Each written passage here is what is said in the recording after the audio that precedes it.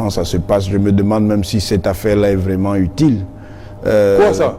Oui, ben, ça dit... Moi, je ne pense pas à l'utilité d'un système où les gens sont présidents pendant 30 ans ou 40 ans, hein, comme notre président actuel, où les gens sont ministres pendant 20 ans. Donc vous ne voulez pas que votre père occupe tant de postes? Laissez-moi continuer. Moi, je pose des problèmes de principe, je ne pose pas des problèmes d'individu. Comme mon propre père, en l'occurrence. Mais que ce soit lui ou un autre, ça ne change rien. Je crois que de tels systèmes ne sont ni utiles, ni sérieux. On peut, sur des périodes plus courtes, permettre à ceux qui ont des fonctions de direction politique à exercer d'être plus efficaces, précisément parce qu'ils savent qu'ils ont un temps limité. Et on peut organiser nos systèmes institutionnels de telle manière que dans ce temps plus court, on leur donne plus de moyens d'avoir un impact positif et sérieux sur le cours de notre société.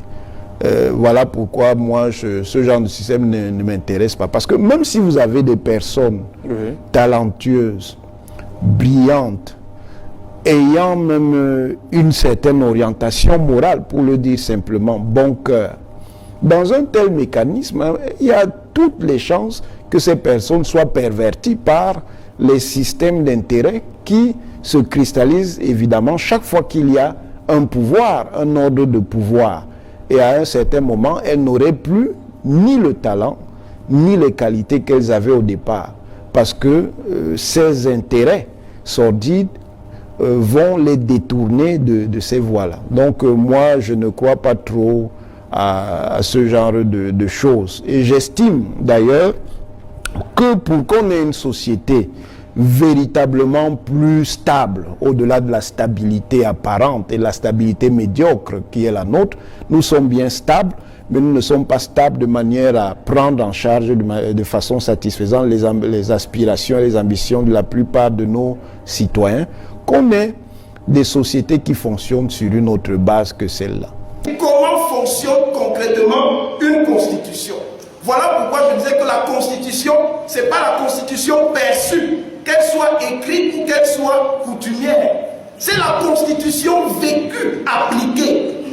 Que la constitution soit coutumière ou qu'elle soit écrite, si on n'applique pas ça, vous ne pouvez pas dire que ce qui est écrit est pertinent. Ça n'a aucun sens.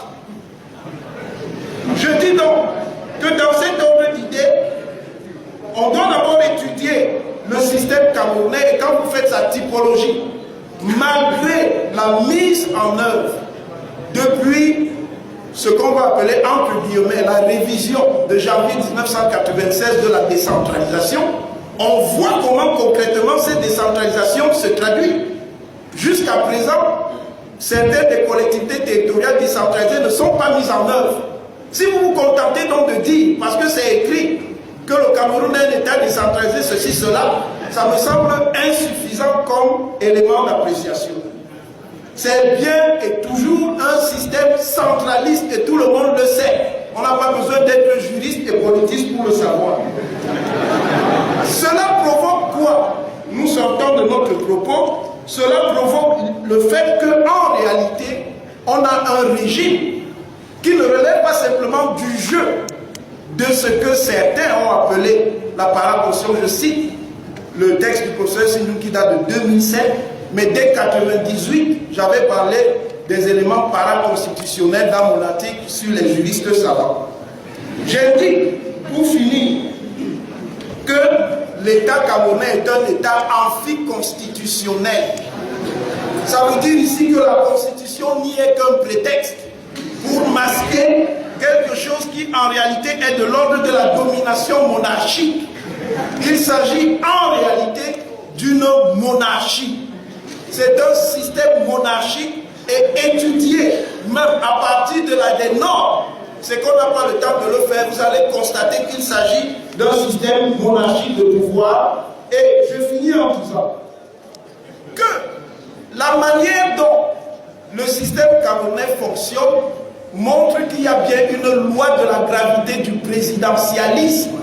Le présidentialisme a beau se déguiser, il a beau se démocratiser, il est toujours le présidentialisme parce que le système fonctionne en rapport avec une configuration sociale, historique et politique particulière qui a été mise en place en 1959 et dont on n'est pas toujours sorti et qui nous situe dans le gouvernement perpétuel. Je vous remercie.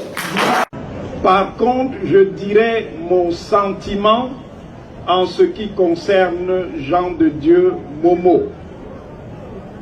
Je lui dirais d'abord que dans la vie, tout le monde a le droit de faire des choix et tout le monde a la possibilité de changer ses choix. Cela participe de la liberté de l'être humain. On peut penser une chose aujourd'hui et on se rend compte ou on estime qu'on avait pensé dans le mauvais sens. Il est donc légitime qu'on change de posture. Vous n'avez pas à avoir honte de ce que vous avez appelé un revirement. Ça fait partie de la vie. Saint Paul a eu son chemin de Damas. Pourquoi Jean de Dieu n'aurait-il pas le sien? Ça, c'est la première des leçons. La deuxième leçon que Maître Jean de Dieu Momo nous donne, et en cela, il est un symbole, à un moment où notre pays vit des heures qui ne sont peut-être pas complètement délicates, mais qui sont des heures sensibles.